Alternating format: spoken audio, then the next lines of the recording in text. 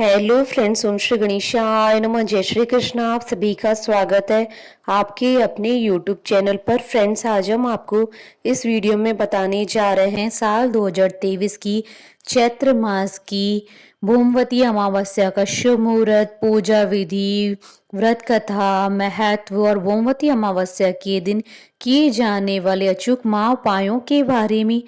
Friends, video शुरू करने से पहले आपसे रिक्वेस्ट है, अगर आप हमारे चैनल पर नए हैं और आपने अभी तक चैनल को सब्सक्राइब नहीं किया है तो प्लीज़ सब्सक्राइब कीजिएगा चैनल को, साथ ही प्रेस कीजिएगा बेल आइकन को, जिससे नए वीडियो से रिलेटेड नोटिफिकेशन आपको तुरंत प्राप्त हो सके।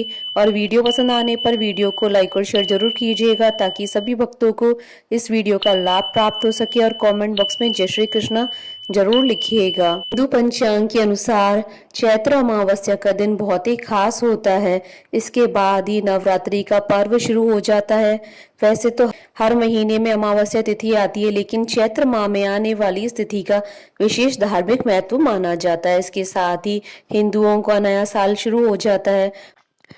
अमावस्या का दिन हिंदू धर्म में बहुत महत्व रखता है। यह वह दिन होता है जिस दिन चंद्रमा पूर्ण रूप से दिखाई नहीं देता है। अमावस्या के दिन भगवान शिव जी की पूजा की जाती है।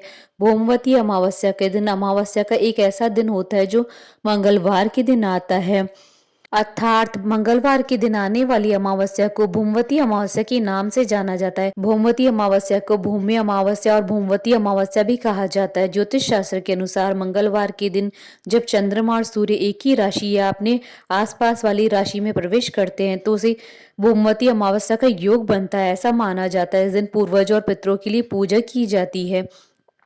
भूमवती अमावस्या के दिन स्नान, दान और व्रत का विशेष महत्व होता है। मान्यता है कि इस दिन गंगा नदी में स्नान करने के बाद दान करने से अक्षय फल मिलता है। यदि गंगा में स्नान नहीं कर सकते हैं तो घर पर ही स्नान करें और स्नान के जल में गंगा जल मिलाकर स्नान करें और माँ गंगा का ध्यान करें। ऐसा करने से भी अक्षय फल मिलता है। इस दिन दान व जरूरतमंद लोगों को खाना खिलाना चाहिए। भूमवती अमावस्या का दिन मंगल ग्रह की पूजा के लिए समर्पित होता है, इसलिए किसी की भी कुंडली में मंगल दोष को दूर करने के लिए यह दिन बहुत ही उपयुक्त होता है। यह दिन दान और पुण्य गतिविधियों को करने के लिए उपयुक्त होता है। भूमवती अमावस्या को देश के सभी हिस्सों में उत्साह और भक्ति के साथ मनाया जाता है। भूमवती अमावस्या के दिन पितरों की पूजा अर्चना करने से कोई भी पितृ ऋण से मुक्त हो सकता है और पितृ भी प्रसन्न होकर आशीर्वाद देते हैं। भूमवती अमावस्या के दिन पितरों के लिए तर्पण और पिंड दान करने का विशेष महत्व होता है। इस दिन मंगलवार होने के कारण हनुमान जी और मंगल देव जी की उपासना करना बहुत ही लाभकारी माना जाता है। कोई भी व्यक्ति कर्ज, बीमारी तथा भूमि भवन की समस्या तथा मंगल से संबंधित सभी समस्याओं से मुक्ति पा सकता है। फ्रेंड्स, अब आइए जानते हैं चैत्र मास की भूमवती अमावस्या के शुभ मुहूर्त के बारे में। हिंदू पंचांग के अनुसार साल 2023 में भूमवती अमावस्या 21 मार्च 2023 मंगलवार के दिन चैत्र कृष्ण अमावस्या तिथि प्रारंभ होगी 20 मार्च की रात्रि यानी 21 मार्च की सुबह 1:47 पर और अमावस्या तिथि का समापन होगा 21 मार्च 2023 को रात्रि 10:53 पर। फ्रेंड्स, अब आइए जानते हैं भूमवती अमावस्या के दिन क्या कार्य करें और क्या कार्य न करें।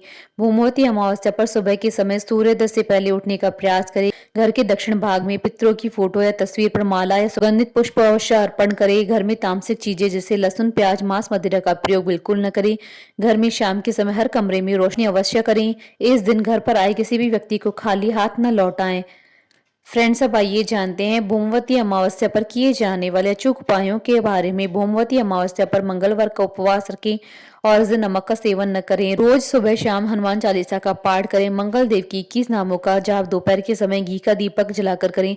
अगर मंगल दोष ज्यादा ही समस्या दे रहे हैं तो लाल मीठी चीजों का दान करें। मंगल के मंत्र का जाप मध्य दोपहर में करने से मंगल के शुभ प्रभाव समाप्त हो जाते हैं। भूमवती अमावस्या के दिन सुबह सूर्योदय होने से पहले उठे, स्नान करके हल्के रंग के साफ वस्त्र पहने, एक स्टील के लोटे में कच्चा दूध, काला तिल, गंगा जल, 2 लौंग, मिश्री तथा सुगंधित पुष्प डालें। घर के समीप पीपल या मंदिर में पीपल की वृक्ष की जड़ में दक्षिण दिशा में मुख करके जल अर्पित करें। ओम पितृदेवाय नमः 11 बार बोलकर यह सामग्री अर्पण करें और हो सके तो पीपल के वृक्ष की 7 प्रदक्षिणा भी करें। अपने सभी दुखों और परेशानियों को खत्म करने की प्रार्थना करें। शाम को उसी पीपल के नीचे तिल के तेल का दिया जरूर लगाएं और मिठाई भी रखें। फ्रेंड्स, अब आइए जानते हैं चैत्र अमावस्या की पूजन विधि के बारे में। इस दिन सुबह जल्दी उठ जाएं और ब्रह्म मुहूर्त में पवित्र नदी, जलाशय या कुंड में स्नान करें। सूर्योदय के समय भगवान सूर्यदेव को जल अर्पित करें। इस दिन पितरों की आत्मा की शांति के लिए उपाय किए जाते हैं। इसके लिए कई लोग अमावस्या पर व्रत भी रखते हैं। इस दिन किसी पवित्र नदी या सरोवर में पितरों की शांति के लिए स्नान किया जाता है और तिल नदी में प्रवाहित किए जाते हैं। जब पितरों की तस्वीर लगी हुई है उसके नीचे के स्थान को साफ कर ले। इसके बाद वहां देसी घी का दीपक जलाएं। इसके बाद पूर्वजों की तस्वीर को सफेद चंदन का तिलक लगाएं, उन्हें सफेद फूल अर्पित करें। उसके बाद भगवान से पितरों की आत्मा की शांति के लिए प्रार्थना करें। उन्हें खीर और पूड़ी का भोग लगाएं। जरूरतमंदों को दान दक्षिणा जरूर दें और ब्राह्मणों को भोजन कराएं। उनके पैर छूकर आशीर्वाद प्राप्त करें। अंत में पितरों को लगाई गई खीर और पूड़ी को किसी गाय को खिला दें और प्रसाद स्वरूप उसे खुद भी ग्रहण करें। फ्रेंड्स, अब आइए प्रारंभ करें चैत्र अमावस्या की पौराणिक कथा।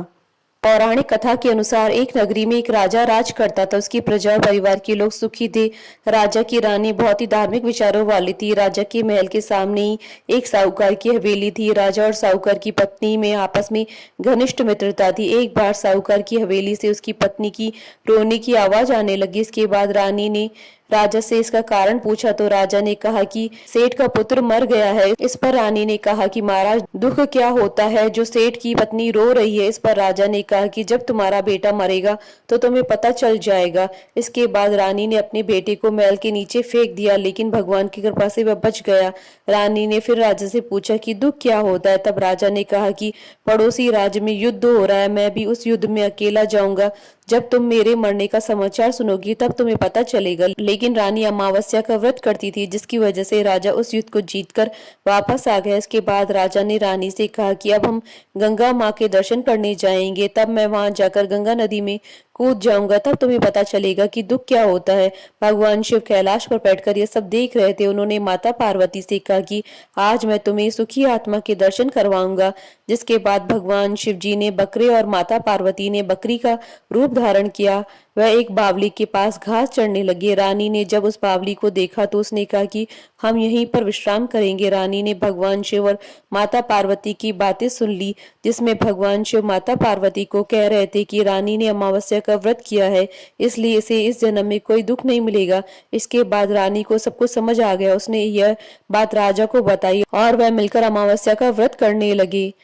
बोले भगवान शंकर, माता पार्वती जी की जय, भगवान विष्णु जी की जय, सनातन धर्म की जय। हमारे साथ इस वीडियो में अंत तक बने रहने के लिए आपका धन्यवाद। ओम श्री गणेशाय नमः। जय श्री कृष्ण।